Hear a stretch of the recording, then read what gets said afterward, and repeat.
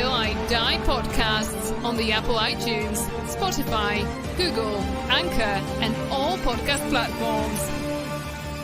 You are watching Leicester Till I Die TV with Chris and Chumps. YouTube, Facebook, Twitter, Instagram, and Pinterest. All you need for everything Leicester City FC.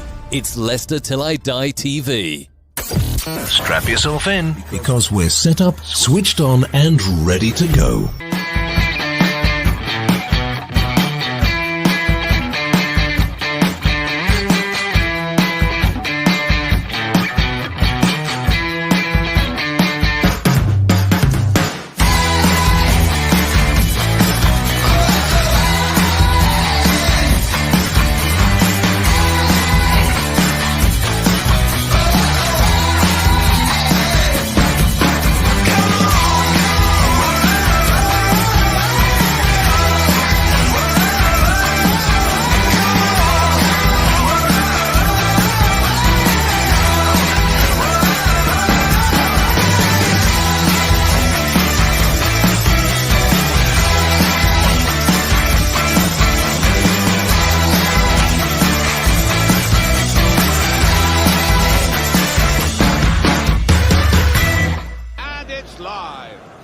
Hi everybody, Jerry Taggart here.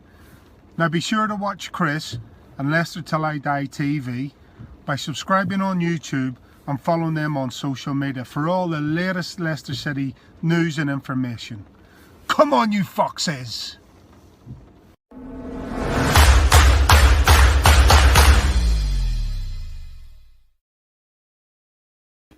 Hello fellow Fox fans, good evening. Yes, it's me again. I'm back. I'm like, you know, when you get your holiday snaps back and you look at them, or you've just taken a picture now, I suppose, these days, and you look at it and there's a guy in the back there sort of going, hello, photo bombing. That's me. I'm here every night this week, apart from Saturday. The joy of doing it twice a week. And my missus said I couldn't. But we've got this coming up tomorrow night, a little matter of the fifth round of the FA Cup. And thanks to their win over Blackpool, we've got Brighton, a fellow Premier League team. Can we do it? Well, we got to the quarters last year. Anyway, however we can do it, what you're doing now is you're watching Leicester Till I Die TV, and you can catch us live in the YouTube channel, which is Leicester Till I Die TV, Facebook, which is the Leicester Till I Die group. Remember to click on the StreamYard link so we can see your name, and Twitter and Periscope at Leicester TID. And if you want to catch up with us afterwards and you've missed the show and you want to listen to the podcast, you can get us also on any podcast platform at Leicester Till I Die, mainly Apple, Spotify, Anchor, and Google Podcasts. We've always been the bridesmaid, 4 times the bridesmaid, never the bride. We're up for the cup again, but also up for the cup. We've got a lot more matter. This gentleman here, it's Scott, who's joining us now from the Brighton fan site, wearebrighton.com. You may remember him. He came on and did the league game with him. It's a pleasure to have him back. Let's welcome him in. Say good evening, Scott. Good evening, Chris. How are you, sir? Yeah, I'm not too bad, thank you. How are you? Not so bad, thank you very much. I'd say what's it like down there on the south coast, but I live in Bournemouth, so I've got a pretty pretty good idea. All Premier League clash. Are you when Leicester came out, and I think we were the last ones out the draw, but were you pleased or disappointed to get us? A bit disappointed because obviously the draw was made after the third round in January when we were in absolutely horrific form, so it just looked like a complete write-off. And to be honest, our record against Brentford is so terrible away from home against them that it didn't seem to matter who we got out of you or them. We were probably going to get eliminated anyway. But our form's picked up a bit. So, yeah, now it isn't quite the absolute write-off it appeared at first. Well, the match is tomorrow, like we say. It's 7:30. It's on BT Sport 2 HD if you have that platform, or you can listen to it on TalkSport 2, BBC Radio Leicester, of course, and lcfc.com free of charge. Looking at it last year, you didn't get very far last year. I think it was Sheffield Wednesday got rid of you in the fourth round, 1-0 at home. obviously you're through to the 5th round. Dreaming this year? Yeah, I mean, I don't see why not. Last year was a little bit different in that Graham Potter just treated the cup competitions with complete disdain, and that's why we were eliminated at home to a not very good Sheffield Wednesday side. This time around, he seems to have realised that he probably thinks the Premier League's more important, but there's a lot to be said for playing strong sides in the cup and building a little bit of momentum, especially when you're in as poor form as we were. So we seem to be taking it a bit more seriously. We seem to be going for it. And I think sort of results since January have given us a 10-point cushion over the relegation zone. You think that a Fulham, West Brom and Sheffield United are going to catch us? They've got to win double the amount of games in the next third of the season as they have in the entire 2/3 that have already gone. So in theory, it would take a spectacular, falling apart from here for us to end up relegated. So why not take the FA Cup seriously and go for a bit of glory? I mean, for teams, and I still, to some degree, put Leicester in this, but teams that aren't, and no disrespect to any teams, going to probably win the league or anything like that. It's silverware, isn't it? Yeah, I mean, the best that Brighton can hope for this season is maybe we sneak into the top 10 with a very good run. The best we can hope for long term is, maybe every now and again popping up into a Europa Cup spot. So, I mean, where's the glory in celebrating every year, finishing 15th or 16th and scraping against relegation? There isn't any, is there? I'd much rather we took the FA Cup seriously. And, Brighton have never won a major trophy in their history. What would this team be remembered for more? Becoming the first team to do that, or finishing 15th in the Premier League every year?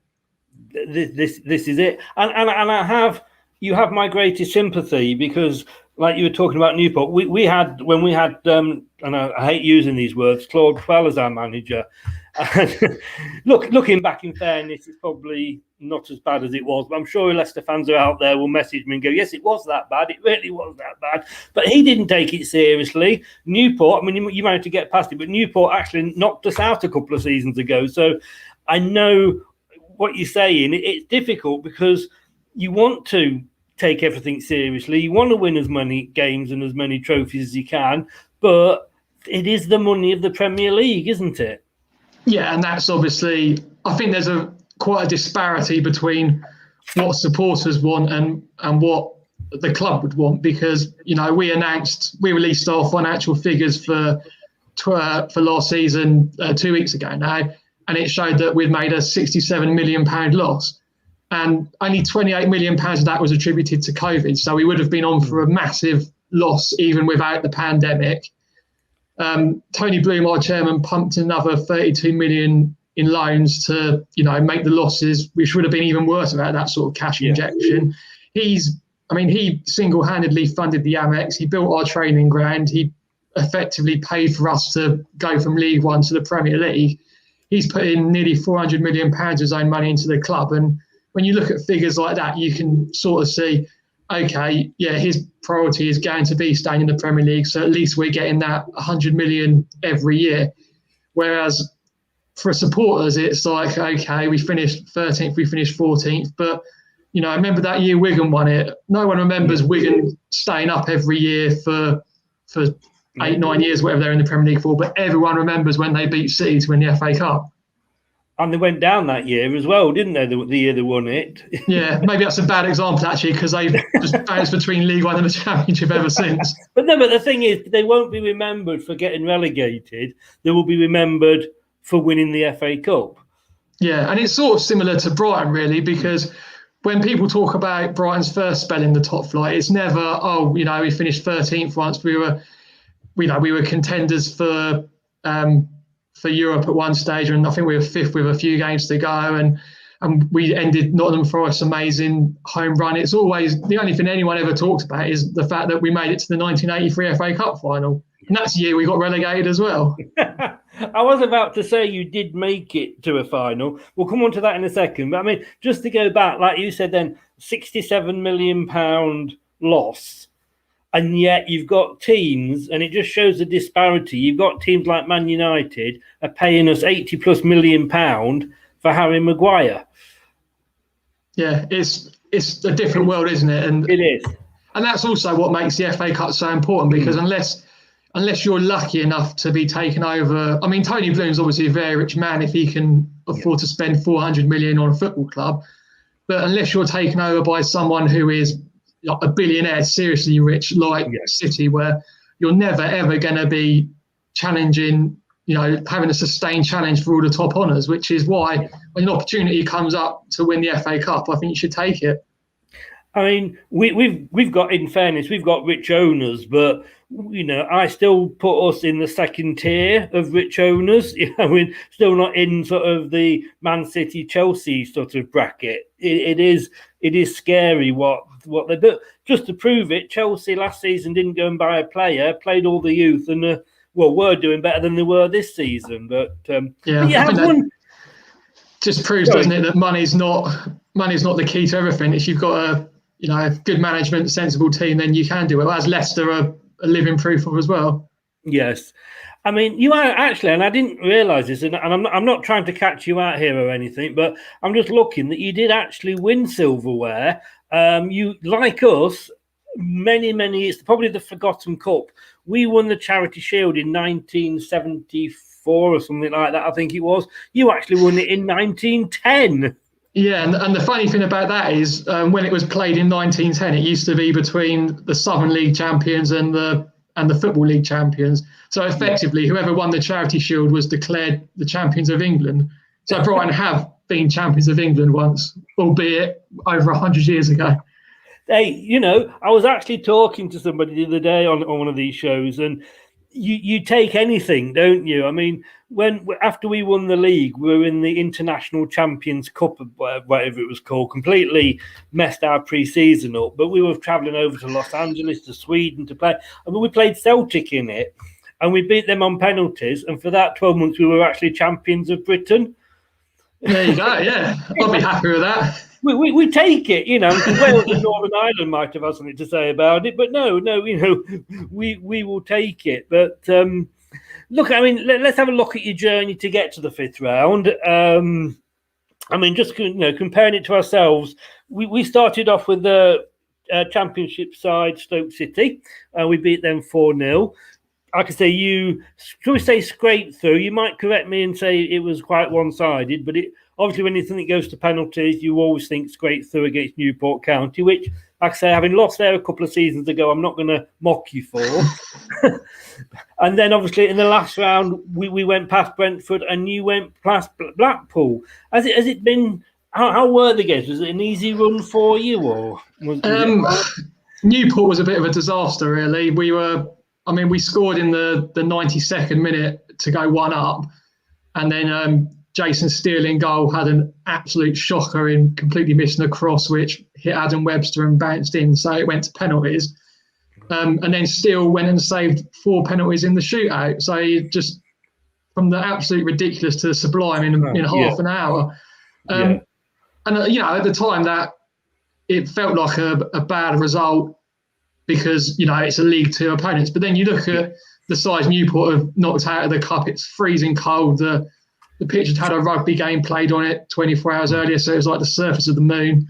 Yeah. And in actual fact, to come through at Newport was probably a quite good result, as silly as that might sound. And then we played Blackpool. It was we should have won by 4 or 5. It was one of those days where Brighton can't take their chances, but it was about as straightforward a win as you can have against a League One side, which was quite pleasing, because after the Newport game, you thought that could have been another potential banana skin. Yes. Yeah, I mean, you just want to start the weekend. If you do actually lose, you just hope that somebody else will lose to a big club will lose to somebody else and hide the fact that you lost. Yeah, that's the good thing about the Newport game, is that like a few hours earlier, Crawley had beaten Leeds 3-0. So no matter what happened, we weren't going to be the most embarrassing result of the day. I mean, like like years ago, you probably won't remember teletext, but you used to sit on teletext thinking, "Oh, please don't let us. We've lost 4-0. Please let somebody lose 5-0 and go through." I mean, I mean, we're through to the 5th round. We got to the quarters last year, and post-COVID lost in one of the first post-COVID games to Chelsea, as we always do. We never beat Chelsea in the cup, but we've been there 4 times. We've been to Wembley 4 times, not since, I must admit, 1969, but we've managed to lose 4 times. I think we hold the record for having been in most cup finals without actually winning the bloody thing. You obviously got there. You said, was it 83 when you got there? Do you remember that, or are you too young to remember that? No, that was before my time. My parents were there, and they talk about it like it was the best day ever. I mean, the closest we've got in my time is we went to 2 seasons ago. We got to the semi-final, and that was a great day out. I know a lot of people say that the semi-final shouldn't be at Wembley because it ruins the spectacle of the final, but I think a lot of Brighton fans would have agreed with that, beforehand. But the semi-final being at Wembley was a really, really special day for us. I think, like if you lose the semi-final, then yes, we've had a great day out at Wembley. And then it's, you'd rather have a great day out at Wembley than have go to Old Trafford or somewhere for a semi-final where you go to lose in the league anyway. Yes, yeah. I mean, your form, actually, and we were talking about this before we came in. I mean, it's slightly better. I mean, we've got 2 wins, 2 draws, and a loss. You've got 3 wins in there, including, I mean, what happened? You beat Liverpool, you beat Spurs. What were you doing? I mean, thank you for doing that, because you helped us out. When you beat Liverpool, I was a huge Seagulls fan, but what happened? It's just sort of, it all seems to have come together really since on January the 2nd, we came in 3-1 down at half-time against Wolves, and we hadn't won a home game all season, and there was a bit of a anti-Graham Potter feeling starting to build. Whatever he said at half-time worked. We've changed the way we play a little bit, whereas before we were always trying to dominate possession, so we were having 60-70% possession even against some of the best teams in the league, but it's not much use when you're just stroking the ball from side to side on the edge of the box. And what we've done now is, I think Potter's blatantly realised that a lot of our players are better playing on the counter when they're allowed to, break quickly and do things at pace. And to be fair to him, he's adjusted the way we play. So we're having less possession now, but we're getting into areas where we can hurt opponents a lot more than we were before. And suddenly that's made us better defensive wise. And we went to Liverpool and people look at it 1-0, and if you didn't watch the game, you'd probably think it was like the Burnley game the week before, where Liverpool dominated and Burnley were lucky to come away with the 3 points. But we went there, our goalkeeper's not had a save to make. We were that good defensively, and we were clever how we had 4 shots on goal, which is pretty much unheard of for an away team at Anfield in recent years, because we were clever in the way we played, the way we approached it, and it was just a joy to watch. And there seems to be a real good feeling at the minute. It's a weird season all round, though, isn't it? That anybody can beat anybody. I mean, we lost to Fulham, who were bottom of the league. Man United lost to Sheffield United, who were bottom of the league. But it's a justification of sticking with Graham Potter. And I know when we chatted before the league game earlier in the season, I said, before he got appointed, I would never have heard of Graham Potter. I thought he was an extra from the Harry Potter film. Was he Harry Potter's uncle or something? I never heard of him. But you stuck with him, unlike West Brom, obviously, who ditched, their manager Slaven Bilic at the first opportunity. It's going well for them, isn't it? But you sticking with Graham, it's justified, hasn't it, itself now? Yeah. I was, a little bit arm and ahhing, because there were a lot of, the football obviously wasn't working, and he was making a lot of strange decisions with players out of position and changing the team every week, basically. But since I think he deserves a lot of credit, because the changes he's made in terms of, the way we now play is a little bit different. He's picking his best team every week, where a lot of managers, get so wedded to philosophies that they're too stubborn to change. I mean, and that's effectively what cost Chris Hughton his job, because he changed from 4-4-1-1, which worked perfectly for us, to a 4-3-3.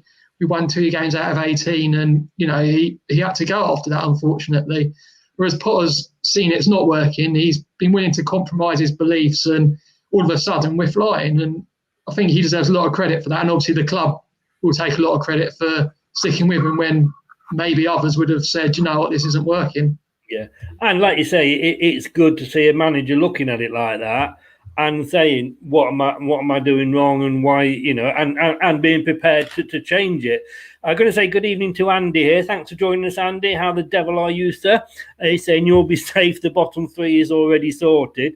It's looking that way, isn't it? It's definitely looking like those three are going to go down.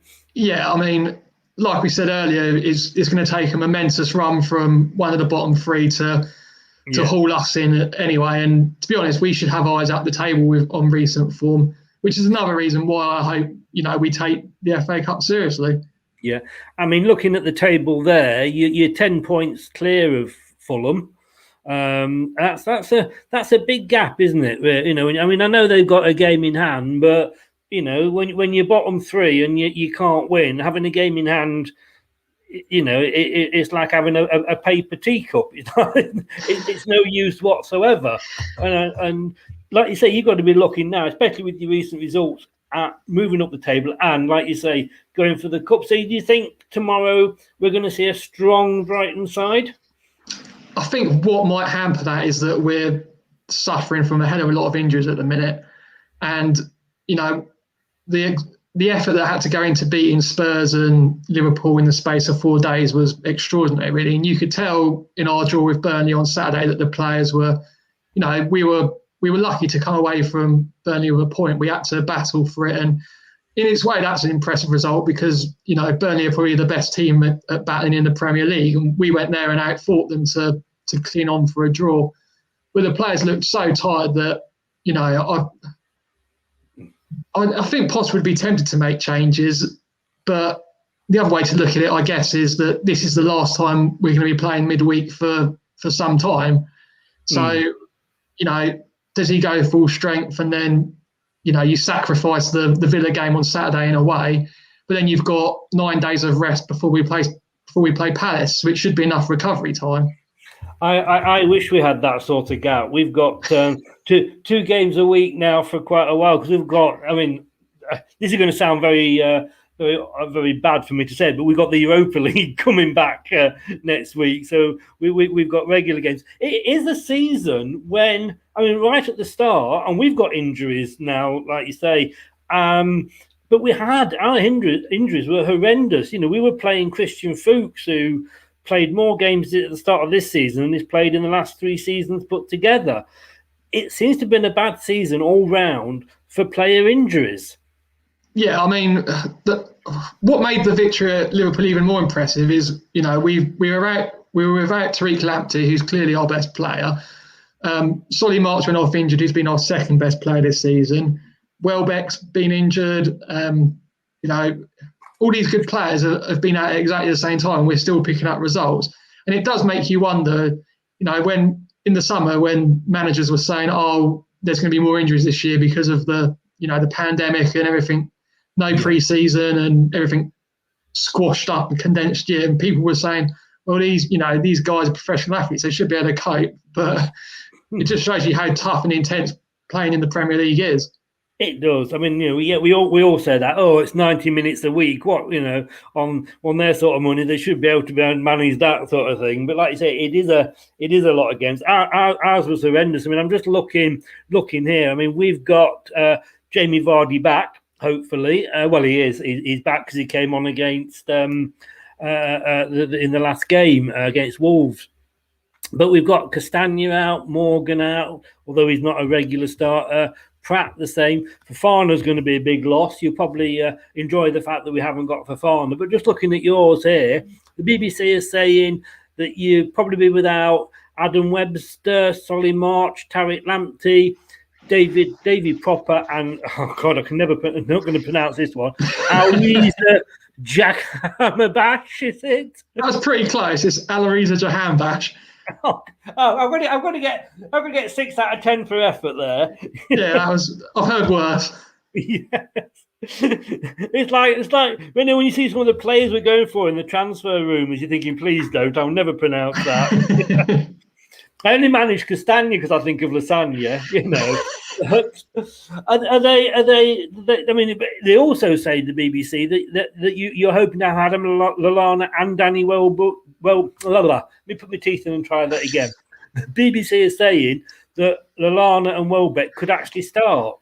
Yeah, I mean, they've been out for the past, I think Welbeck's been out for about 6 weeks now, Lallana 4 or 5. So, in terms of getting minutes under their belts, the FA Cup's perfect, really.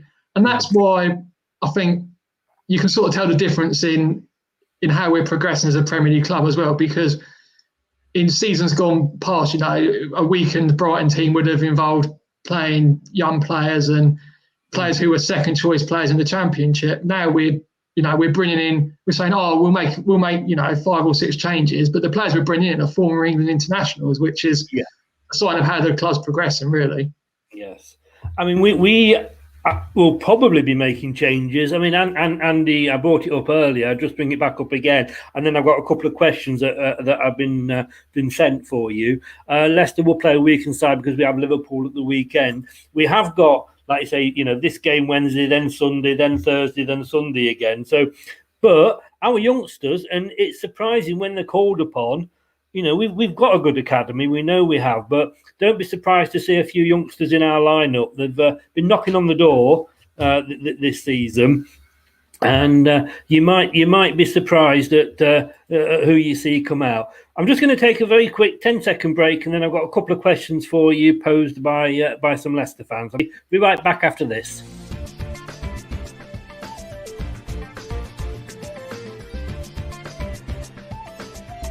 This is Leicester Till I Die TV. Please subscribe now on YouTube.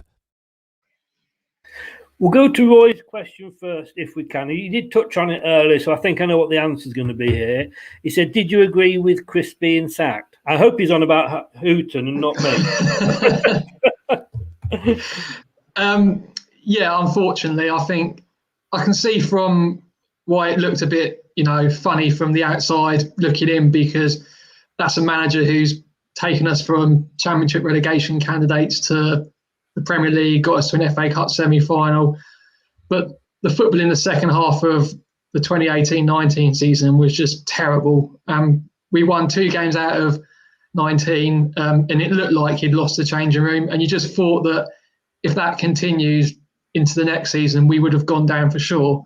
So I think it was a gamble getting rid of Tony Bloom, getting rid of Houghton. It was even more of a gamble appointing a rookie manager like Graham Potter. But I think it had to be done. And Houghton's departure is a little bit funny. So you don't get many. I guess it's probably like you guys and Ranieri actually, in that you don't get many managers who are sacked, but who also at the same time are considered one of the greatest managers ever, and wouldn't have to buy a point if they ever came back to Brighton. Yeah, honestly, if he walked in here now, I'd be on my knees kissing his feet, Ranieri. But he had to go at the time because it was he'd taken us from top of the league to bottom, like you say. And everybody, I remember taking stick on Talk Sport off Jason Cundy about the fact that we'd sacked the manager that had just won us the league. And, he's a Chelsea fan and they do that all the time at Chelsea. Yeah. They don't.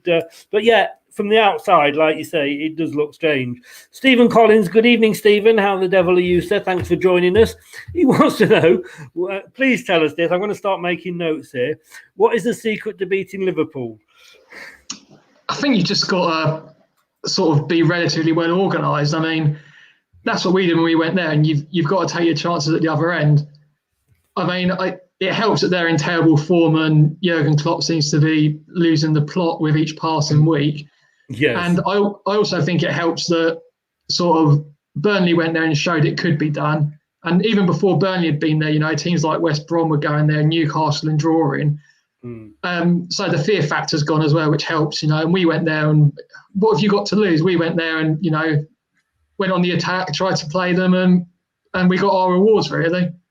I know why he's asked that question is because we can't beat them at the moment. They are we could literally put out our strongest side and they could come out with the youth side and they'd still beat us 2-3-4-0. It's just the way it's going at the moment, I'm afraid. But I mean, you've changed. I mean, earlier in the season, it was really it was a 45-minute game. It was over at half time.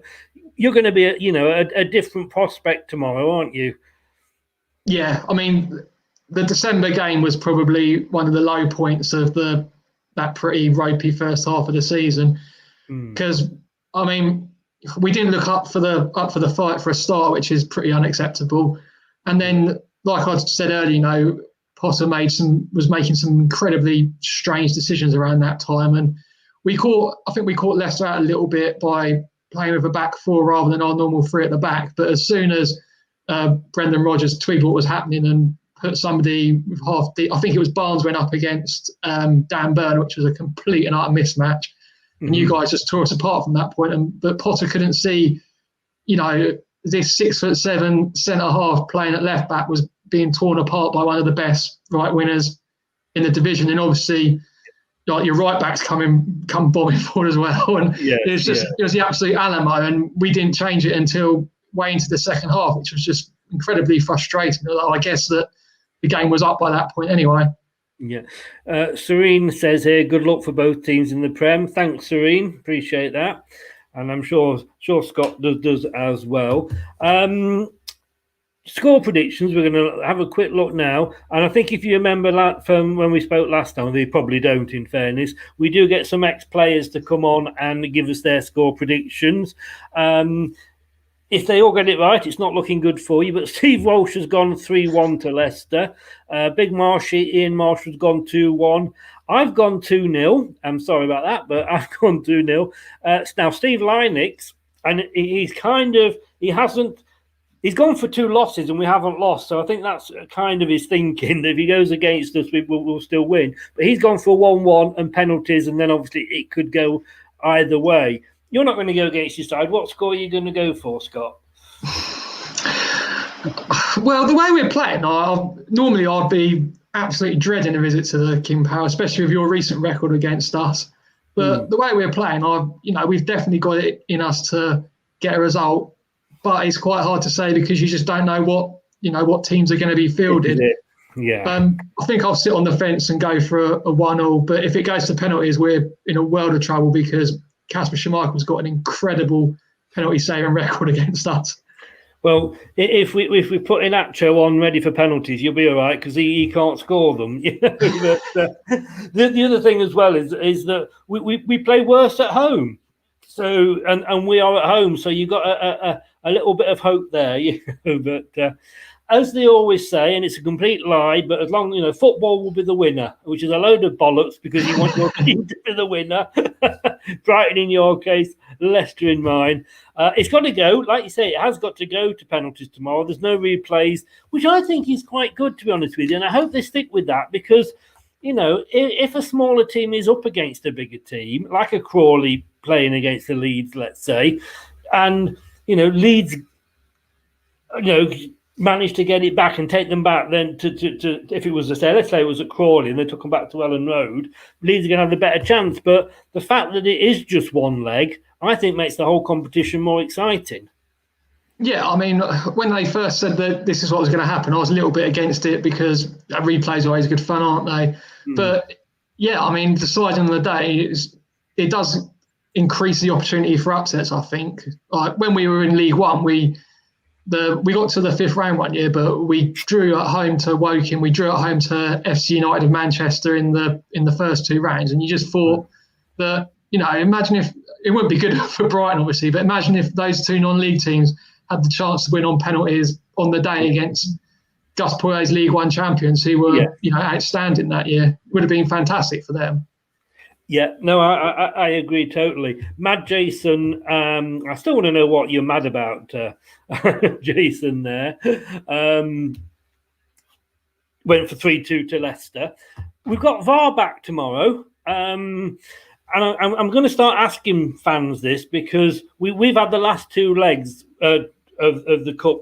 And I think it's been totally unfair because we were playing away at Championship sides, we haven't had VAR because obviously it's not set up. And I think it's wrong that certain games can be decided by VAR and certain games can't be.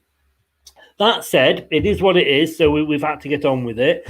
And I think they should have stopped it altogether. But it's come under a lot of stick, not just this season, for quite a while now. We used to always complain about the referees, and I think it's getting silly when, Mike Dean, for whatever reason, love him or hate him, he shouldn't be getting death threats to his home. Are you a fan of VAR, or would you prefer to go back to referees? All we seem to be doing now is blaming VAR where we used to blame referees. Yeah, I think it's, the concept of it's good, isn't it, in terms of eliminating mistakes, but it shouldn't be there to micromanage every single decision in a game to the point where it is. And I mean, you look at the way other countries use it, and I think the Premier League got it all wrong by not having the monitor to start with. And in other countries, it doesn't seem to have quite an impact and cause quite as many problems, which even means that, people in other countries don't care enough to get worked up about it, which I don't think is true.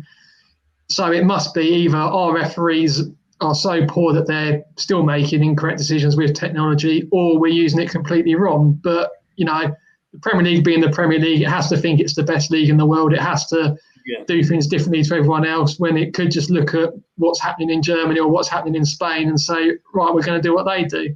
And going back to what you said about the FA Cup thing, when we got to the semi-final, that was the first year they used it in it was used anywhere in the competition. Right, yeah. So it wasn't used in Championship grounds, like you said. And when Man City got through, basically, with through their quarter-final with two very controversial goals which would have been ruled out, if VAR had been used across the board, then we would have played Swansea in the semi-final and Watford in the final. So we probably would have lost to one of them along the way, but you can see what nonsense it is that it's used in some grounds and not in others. That's what annoyed me this season, And don't get me wrong, I wanted VAR, but you can't have one set of rules for one half of the games and one set of rules for another, and they are overplaying it. It should be there for clear and obvious mistakes, not this waiting 5 minutes while they check somebody's armpit hair to see if they've just sort of slightly gone off, off skew. Refs make mistakes, linesmen make mistakes, of course they do. Human error, I used to be one of the ones that used to balance up over the year, some went for you, some went against you, but they do micromanage it now, like you say, don't they? Yeah, and there's just no need to do it. I mean, if you can't tell within 5 seconds of looking back at it, it's obviously not a clear and obvious error, is it? To just get on with it. That's the thing, the clear and obvious, and they're not sticking to that. Well, I'm going to have to say that I hope it's a clear and obvious win for Leicester tomorrow. I'm sorry, corny, I know, but I was quite pleased with that one. And despite that, good luck for the rest of the season. I don't think you'll need it because, like I say, I think we'll be playing you again next season, whatever happens. And thanks very much for coming on. Give your podcast and your website and everything a quick shout out, Scott. So the website is wearebrighton.com, and we're on Twitter at wearebrighton. Brilliant. Thanks very much for joining us. As I say, I won't wish you luck because I won't mean it. But we will see you again later in the year, hopefully. Yeah, thank you. Thanks very much, mate. Take care and stay safe. Cheers, yeah, you too. Thanks a lot now. Thanks to Scott for coming on there. Great lad. We'll be seeing him 3 times this year. We're going to have to stop meeting like this because people will talk about us. So we'll be back tomorrow again. I'm sorry, you can't get rid of me. It's a 7:30 kickoff. So that means we're going to be on air at 6:45 with the pre-match show with me and Josh. Just after the team is announced, we'll be talking about it, seeing what team Brendan has gone for. And then at about 45 minutes after the final whistle, we'll have the post-match show. You'll give us a chance to either calm down or will give us a chance to celebrate with a glass of something alcoholic. And I have to say 40 minutes after kickoff, I can't give you an exact time because, of course, it is penalties, extra time and penalties if needed tomorrow. Get those fingernails ready to be bitten. Get those bums ready to be squeaky. I will see you tomorrow. Thanks for joining us. Thanks for your comments. This has been Leicester Till I Die TV. See you tomorrow night. Good night now. Leicester Till I Die podcasts on the Apple iTunes, Spotify, Google, Anchor, and all podcast platforms. Thanks for watching Leicester Till I Die. This is Chris saying goodbye and see you next time.